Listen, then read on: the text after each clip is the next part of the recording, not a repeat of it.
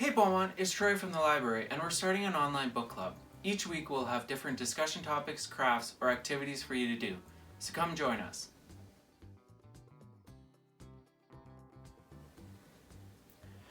We are going to be diving into the magical world of Harry Potter and the Philosopher's Stone, written by J.K. Rowling and published by Pottermore Publishing. If you have a copy of it sitting on a bookshelf at home, that's amazing, but if not, the library can help. By using your library card, you can log into Overdrive using the barcode on the back of your card and your PIN. Overdrive is a simple e-resource available on the App or Play Store and is hosting the first Harry Potter. It's available to anyone who wants it and is simple as logging in and pressing borrow. For the first week, we want you to read the first 4 chapters. Those are The Boy Who Lived, The Vanishing Glass, The Letters from No One, and The Keeper of the Keys. I'll start, but then it's your chance to continue on.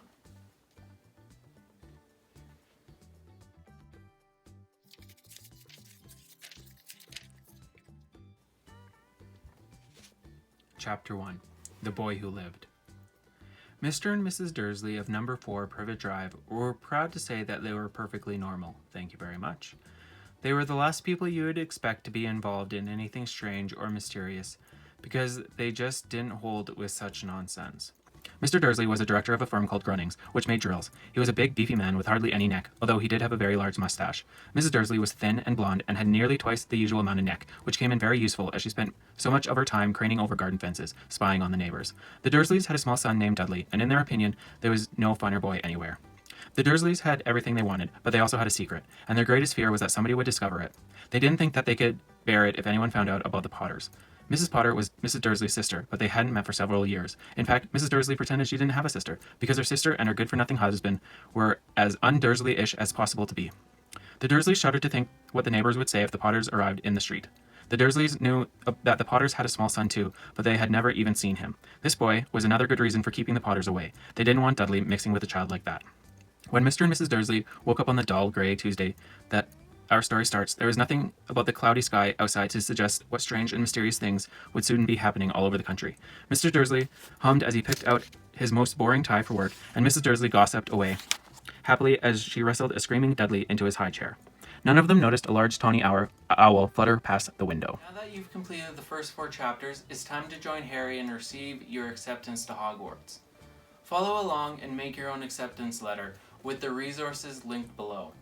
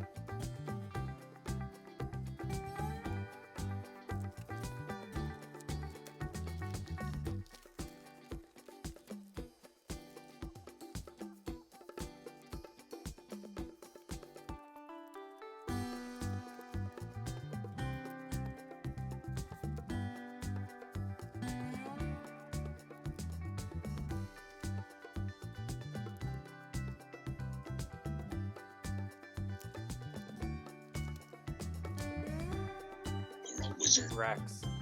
If you want to put a smile on your friend's face, write them a letter, then go for a walk and secretly drop it in their mailbox. Thank you. I'll see you next week.